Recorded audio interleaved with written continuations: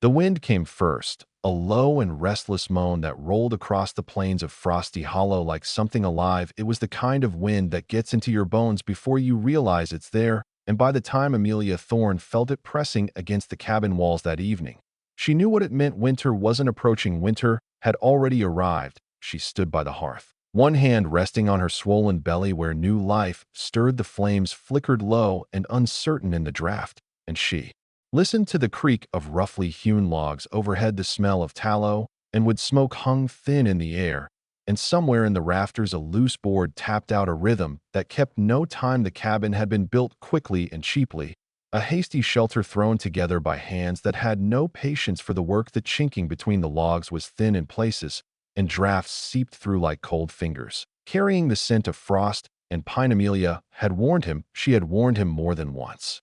In fact, standing right here in this room with frost already creeping across the window glass, and she had said plainly that the roof would not hold a heavy snowfall. The logs were green, unseasoned, and the crossbeams had not been set with care. A man who listened would have heard her. A man who cared might have done something about it.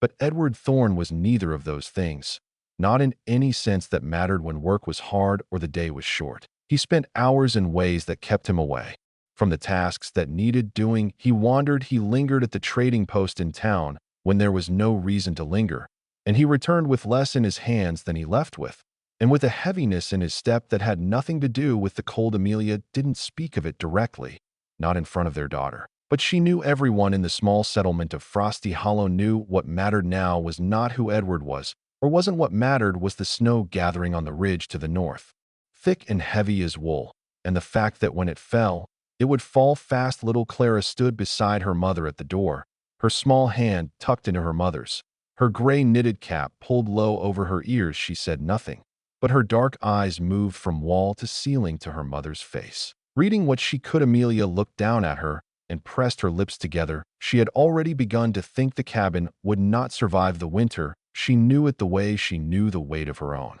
body, the way she knew the howl of wind against good stone, against the groan of wood about to break. Something had to change, and it would not be the snow. The next morning Amelia rose before the sun while the sky was still the color of old iron and frost had turned the inside of the window glass into a sheet of white lace. Edward was already gone, or perhaps he had not returned the night before. She didn't ask. She wrapped Clara in her warmest coat, tied the girl's scarf tight under her chin, and the two of them stepped out into the silence of Frosty Hollow. At first light, the cold hit them like a wall. The air was so sharp it burned inside the nose, and the snow crunched under their boots with a sound like breaking glass. Amelia carried nothing but a worn cloth sack and a length of rope across one shoulder. She had a purpose now, and purpose moved faster than doubt. She had known for some time that the land to the east of the settlement, where the creek bed ran dry and the ground rose in a gentle slope to the tree line, was thickly scattered with fieldstones. She had seen them on walks before. Her belly grew too round for easy walking. Smooth and heavy stones half buried in the earth, gray and brown, some the size of a man's fist, others even larger. She had noticed them the way a woman notices the weight and grain of things, the way a builder notices them, quietly and without comment, filing the knowledge away for when it might be needed. Now it was needed. Clara walked beside her, small boots punching through the thin crust of snow with each step. The girl did not ask where they were going. She had learned in her quiet way that her mother's silences were not empty, but full, and that questions would be answered. When the time was right, they walked for the better part of an hour, following the creek bed east, where the land opened up and the trees thinned. The wind had died to a whisper, and the world felt almost peaceful in its cold, as if everything had frozen in anticipation. When they reached the slope, Amelia stopped and stood for a long moment, looking. The stones were there, as she remembered. They lay scattered across the ground and along the edge of the creek, dozens of them, some lying on the surface, others jutting from the earth like the backs of old turtles breaking through. Amelia dropped to her knees, brushing snow from one with her glove. It was dense, solid, the kind of stone that holds heat. She turned it slowly, feeling its weight, its roughness, the way the edges had been worn smooth by years of water and weather. Clara crouched beside her and picked up a smaller stone, holding it in both hands as if it were something precious. She looked up at her mother, and Amelia met her eyes and gave one slow nod. Here it would begin. That evening Amelia sat, by the dying fire. With Clara pressed against her side, a rough blanket pulled across both their laps, and she spoke the way she did everything, plainly, and without hurry, and she told her daughter what she had been thinking, not a cabin. She said cabins are made of wood, and wood bends and breaks under weight when snow comes heavy. It presses down on flat roofs and sharp ridges, and wood gives beneath it. She held her hands before her, palms flat, and pressed them together as if demonstrating a collapse. No, she said what they needed was a shape that did not fight the snow, but carried it a dome. She curved one arm into an arc, holding it up so the firelight played across her fingers, and Clara leaned forward to watch. A dome, Amelia explained, was the strongest shape a wall could take when weight pressed down on it from above. The force did not push inward as on a flat surface or peaked roof. Instead, it moved outward and downward, following the curve of the stone, distributing the load evenly. Until it reached the ground, the snow would sit on top. Yes, but it would not break through. It would simply rest there, held by the arch of the walls beneath it. The way an egg does not crack when you press evenly from all sides. Clara listened with her chin on her knees, her eyes wide and still in the low light. She understood more than most children her age because she had watched her mother for as long as she could remember, watching Amelia move through the world with a kind of quiet attention that most people mistook for patience, but was really something sharper. It was observation. It was the habit of a mind that studied how things worked, how weight moved, how heat rose, how water found its way down. Amelia had learned these things not from books, for there were few in Frosty Hollow, but from years of watching the land and the weather and the way the creek carved its path through stone. She had learned from her own mother before her and from her grandmother, women who had built and mended and survived on this frontier long before men thought to teach them stone. Amelia continued, would hold heat too. Stone is slow to warm, but slow to cool. Once a fire inside was lit, the walls would soak up the heat and give it back through the night. Long after the flames died down, she paused and looked at the cracked and leaning walls of the cabin around them, the thin chinking, the boards that rattled in the wind. Then she looked back at Clara. We will build it together, she said. It will be hard work and it will take time, but we will build it and it will stand. Clara reached out and took her mother's hand and squeezed it once, firmly and quietly, and that was answer enough. Word spread the way it always did in Frosty Hollow, quickly and sideways, carried on the tongues of men and women who had little business but to watch each other. By the second day of hauling stone, half the settlement knew what Amelia Thorne was doing, and by the third day they had already decided it was foolish. It started with the men at the trading post, old Harlan Brooks, who ran the place and had an opinion on everything worth nothing. Heard from a trapper who had seen Amelia and the girl hauling stones up from the creek bed, and he laughed so hard he spilled his coffee. A stone house, he said, shaking his head, built by a woman with child and a little girl no bigger than a fence post. What does she think? She is some kind of mason. The laughter that followed was not loud, but it was real, and it carried. By mid-morning, the women at the well were talking too, though their tone was different. Some of them pitied Amelia, others were simply puzzled. A dome, said Beatrice Hale, who kept the dry goods store and prided herself on practical knowledge. I've never heard of such a thing. Who told her to build it? Amelia herself,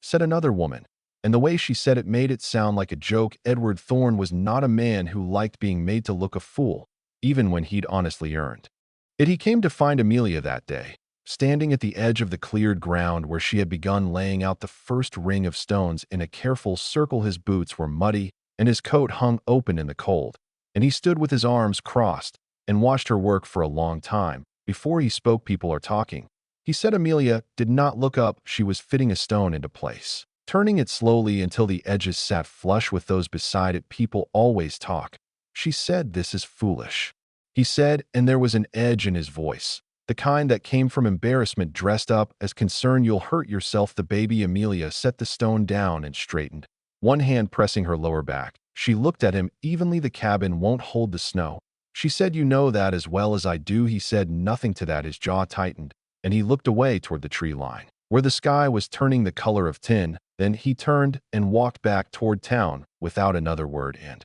Amelia watched him go for only a moment before turning back to the stones. Clara, who had been sitting nearby, sorting smaller stones by size, looked up at her mother. Are they laughing at us, Mama? She asked. Amelia dropped to her knees and picked up the next stone, feeling its weight settle into her palms. Let them She said simply the house will speak for itself when the time comes. She set the stone in place, and they continued to work. The work began in earnest the morning the sky hung low and gray as a wool blanket, and the temperature dropped so that breath came out in great white clouds that hung in the air long after they were made. Amelia had marked the ground the night before with a small ring of stones laid in a circle, measured by paces and by eye, wide enough to fit a hearth in the center and still leave room for sleeping pallets, and a table. The circle was not perfect, but it was close. And close was what mattered. Perfection was for men with surveyor's tools, and all the time in the world Amelia had neither. The first task was to level the ground inside the circle,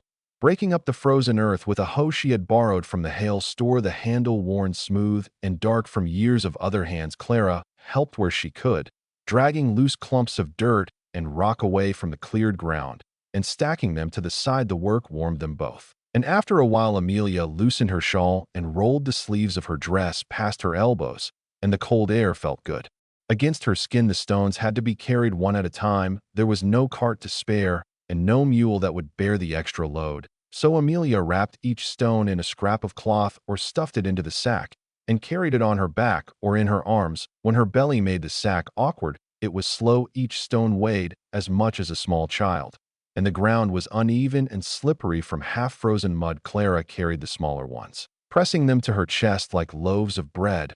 Her boots slipping and catching on roots that stuck up along the path. They made the trip again and again, back and forth, until the pile of stones at the edge of the circle grew high enough to cast its own shadow in the thin gray light. When enough stones had been gathered for the first row, Amelia began laying them. She worked on her knees, fitting each stone to the next with care until the edges sat flush and the line held true. The stones were not all the same size, and this was by design. A dome was not built like a wall with stones stacked in neat rows. It was built in courses, each fitted to the one below, each stone chosen for its shape and placed so that weight from above would press it inward, not push it outward. Amelia knew this the way a bird knows the shape of its nest, not from reading, but from knowledge that lived in her hands. By the end of the second day, the first row of stones rose 6 inches from the ground, a rough circle of gray and brown, and Clara sat beside it, with dirt on her face and a look of quiet pride that needed no words. The dome rose slowly, one course at a time, and each course was harder than the one before. This was the nature of the shape. The lower walls could be built straight, more or less, but as the courses rose higher, the stones needed to be tilted inward toward the center, and holding them in place while the mortar set required patience and steady hands. Amelia mixed the mortar herself, working clay she had dug from the creek bank. Together with lime she had traded a bundle of dried herbs to get from Hale, stirring it in a wooden trough until it became thick as river mud. She applied it in thin lines between each stone so it would dry hard and seal out the wind. Clara helped, carrying buckets of mortar up from the trough, sloshing some with each trip but never complaining, and holding stones steady while her mother fitted them into place. The girl grew stronger in the days of work, her small hands thicker, her grip more confident. She watched everything her mother did and asked questions when she didn't understand, and Amelia answered each one plainly, as if teaching the girl were as natural as breathing. Why does it lean in like that, Mama? Because the curve has to continue upward, Amelia said. If the stones went straight they would fall outward, but if they leaned just so, each resting on the next, they hold each other up. It was like an arch, but going all the way around. The door was set into the wall on the side that faced away from the worst wind, a simple frame of roughly hewn boards fitted into an opening wide enough for a person to pass through. Amelia hung the door herself, using hinges salvaged from the old cabin, and when it swung shut it fit tight against the frame with barely a gap. The window was even smaller, a single rectangular piece of oiled cloth stretched across a wooden frame and set into the wall beside the door. When the fire burned inside, the oiled cloth glowed like a small amber eye in the stone wall near the top of the dome, where the curve narrowed to its highest point. Amelia fitted a small arched opening for smoke to escape, and through it she ran a short length of black iron stovepipe that a traveling tinker had left in exchange for a meal and a night by the fire. The stovepipe stood up from the crown of the dome like a finger pointing at the sky, and when the fire was lit, smoke curled from it and drifted sideways on the wind, dark against the pale gray air. By the time the last stone was set and the mortar dried and the door swung on its hinges, the dome stood complete, squat and solid and quiet in the snow, and Amelia stood before it with Clara at her side, and felt something she had not felt in a long time. She felt certain the first night inside the dome was unlike any night Amelia had spent under a roof. She built the fire small at first, feeding it dry kindling and a few sticks of pine, letting the flames catch and grow at their own pace. Smoke rose straight up from the hearth and found the vent in the crown of the dome without trouble, curling out into the darkness and disappearing into the night air above. There was no draft. The air inside was still and close.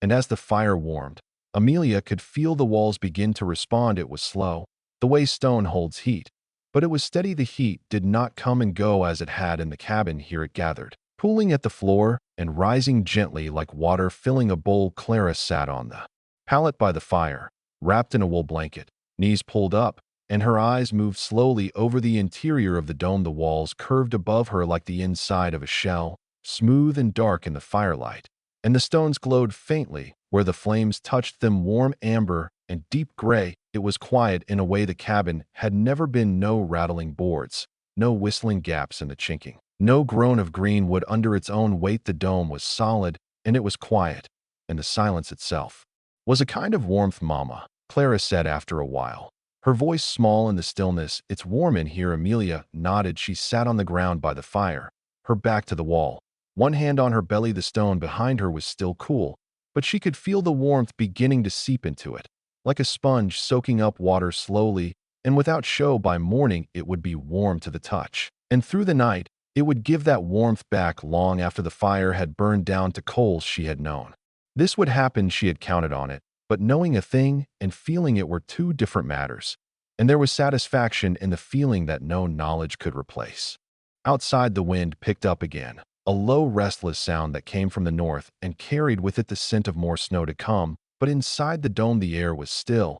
The fire crackled quietly, and the walls held, and Amelia closed her eyes and let the warmth settle into her bones. They were safe here. The dome had done what she built it to do, and it had done it without effort or complaint, the way good work always does. Clara fell asleep first, curled on her side with the blanket under her chin, her face relaxed and peaceful in the firelight. Amelia watched her for a long time before letting her own eyes close too, and the fire burned on, and the smoke rose, and the dome stood quiet and warm in the darkness. The storm came on the fourth night. It announced itself with a change in the wind, a sudden deepening of tone that shifted from moan to roar in the space of an hour, and with it came snow, not drifting now, but falling in thick curtains that the wind drove sideways across the plain. Amelia heard it from inside the dome, the sound of it pressing against the walls, a steady hissing and tapping that was louder than anything she had heard all winter. She rose from the pallet and went to the door and cracked it open. No more, and the cold rushed in, and the snow swirled through the gap like white sand, and she could see nothing past the yard but white. She closed the door and threw the bolt and stood for a moment with her back to it, listening. The dome held. The walls did not shake or groan. The fire in the hearth burned on undisturbed, and the air inside was warm and still, and the only sound was the fire itself, crackling softly in the darkness. Clara stirred on the pallet and opened her eyes. Is it the storm, Mama? She asked. Yes, Amelia said. Go back to sleep. The girl did quickly and without fuss, and Amelia sat by the fire and waited. The storm lasted through the night and into the next morning, and when it finally broke and the wind fell and the snow stopped falling, the world outside was transformed. The plain was buried under more than 2 feet of new snow, white and smooth and unbroken in every direction, and the sky cleared to a pale thin blue that made the cold feel sharper somehow, as if the air itself had been scrubbed clean. Amelia opened the door and stepped out and stopped. The cabin was gone, not standing and damaged, not leaning or listing, but gone. The roof had come down first. She could see it by the way the logs lay, and then the walls had followed, driven inward by the weight of snow that had piled upon them. The wreckage lay in a tangled heap of rough-hewn wood and broken boards, half buried in snow, and scattered among the debris were a cooking pot, a worn blanket, a few sticks of firewood. The black stovepipe stood upright in the middle of it all, still vertical, the only thing that had not fallen, and there at the edge of the wreckage stood Edward. He was alone, and he was still, his hands hanging at his sides, his face drawn and pale in The cold morning light, he was looking at what remained of the cabin the way a man looks at something he has broken and cannot fix. Then he looked up and saw Amelia standing in the doorway of the dome, warm and dry and unharmed, with Clara beside her, and for a long moment neither of them spoke. The wind had died to nothing. The snow lay quiet on the ground, and between them the wreckage and the dome. The morning held its breath. By mid-morning the people of Frosty Hollow had seen the work of the storm, and by midday they began to come. They arrived one by one and two by two, bundled against the cold, their boots sinking deep into the fresh snow as they made their way along the path that ran through the settlement. Some came out of curiosity, some came because they had lost something of their own in the night, a fence blown down, a roof torn loose, and they wanted to see how others had fared. And some, though they would not say it plainly, came because they remembered the laughter, and they wanted to see what the laughter had cost them. They stopped at the edge of the yard and looked. The cabin lay where it had fallen, a sad and tangled ruin, half swallowed by snow, and the debris told its story plainly enough. No one needed to explain what had happened there, but the dome stood. It stood as it had been built, squat and solid and unmoved. The snow had piled on its curved roof in a smooth white cap that it wore easily, as if the weight were nothing. The stovepipe at the crown still vented its thin thread of smoke, and the small window by the door still glowed with the faint amber warmth of the fire inside. And the door was shut, and the walls were whole, and not one stone had shifted from its place. Harlan Brooks came first among the men, his face grave and quiet in a way no one had seen before. He stood for a long time looking at the dome, then at the wreckage, and then he took off his hat and held it against his chest and said nothing at all. Beatrice Hale stood beside him, her arms wrapped around herself against the cold, and she shook her head slowly, not in disbelief, but in something closer to wonder. "I've never seen the like," she said, and she meant it. Amelia came out of the dome after a while with Clara beside her, and she stood in the trampled yard and looked at the people who had gathered. She did not say, "I told you so."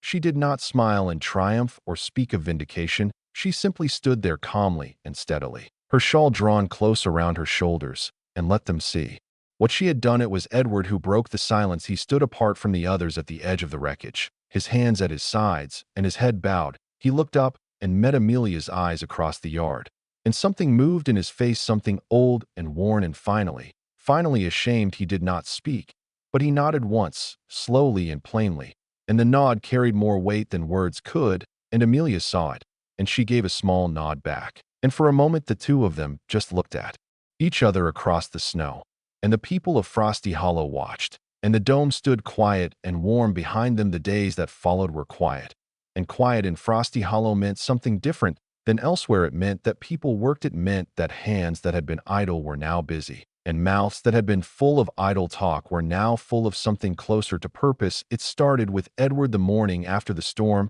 he lifted a fallen log from the wreckage and carried it to the side of the yard. He did not ask permission, he just began.